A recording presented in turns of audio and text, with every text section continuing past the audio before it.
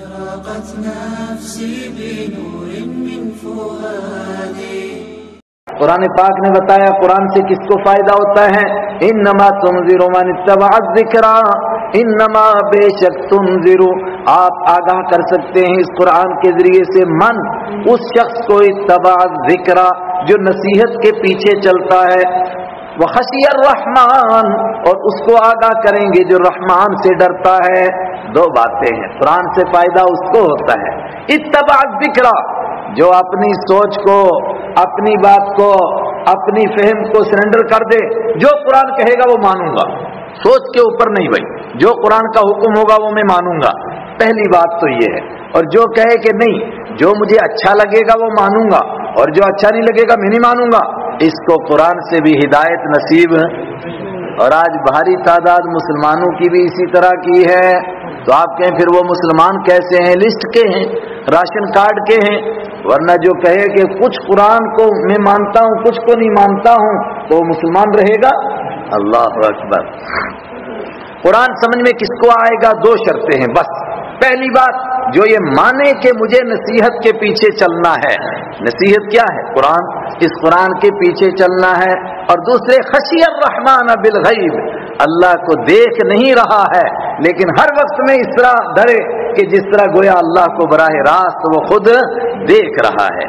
رات کی تنہائی میں ہے، کوئی اس کو نہیں دیکھتا ہے، لیکن اس وقت میں بھی کوئی جھوٹی بات بولنے سے، کسی کی غیبت کرنے سے، چغلی کرنے سے گھبراتا ہے، بلکہ گندی بات کو دماغ میں لانے سے گھبراتا ہے، اس لیے کہ کوئی نہیں دیکھ رہا ہے مگر اللہ تو دیکھ رہا ہے۔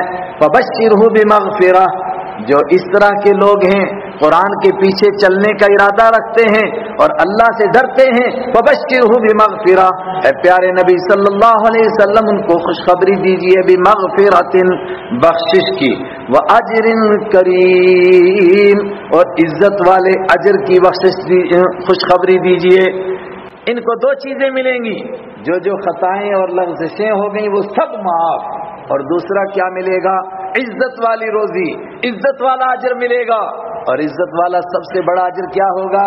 اللہ کے ہاں جب بندہ پہنچے گا، ایک تو اس کی ساری خطائیں اس کے اعمال نامے سے مٹا دی جائیں گی، اور دوسرے اس کو جتنی نعمتیں دی جائیں گی، کہا جائے گا کہ یہ تیرے کاموں کا تجھے بدلہ ملا۔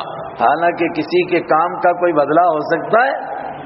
حدیث میں ہے کہ کسی آدمی کا دماغ خراب ہوگا، وہ کہے گا میں نے اتنی بڑی عبادت کی، وہاں مثال میں ہے کہ اس نے کئی 100 سال تک عبادت کی، اس کے بعد اللہ تعالیٰ فرمائے گا جا تجھے میں نے اپنے کرم سے معاف کر دیا، وہ کہے گا کمال ہو گیا، اتنے سال عبادت کی اب بھی کرم سے معاف کیا، تو کہا جائے گا کہ اس کو ذرا جہنم کے گرد گھما کر کے لے آؤ۔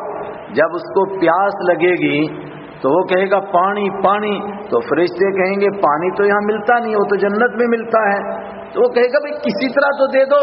کہا یہاں پانی قیمتاً ملتا ہے۔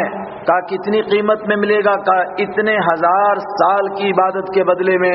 وہ کہے گا اتنے 1000 سال تو میرے پاس ہے عبادت۔ کہا ٹھیک ہے، اس کے بدلے میں 1 گلاس مل گیا۔ جب 1 گلاس ملے گا واپس پہنچے گا، کہا کوئی نیکی ہے تیرے پاس؟ کہا کچھ بھی نہیں۔ تو کہا میں پہلے ہی کہہ رہا تھا نا اب تیرے لیے جہنم کا فیصلہ ہو؟ کہا تیرے کرم کی امید ہے۔ تو کہا میں کہہ رہا تھا نا اپنے کرم سے معاف کر دیا تجھے۔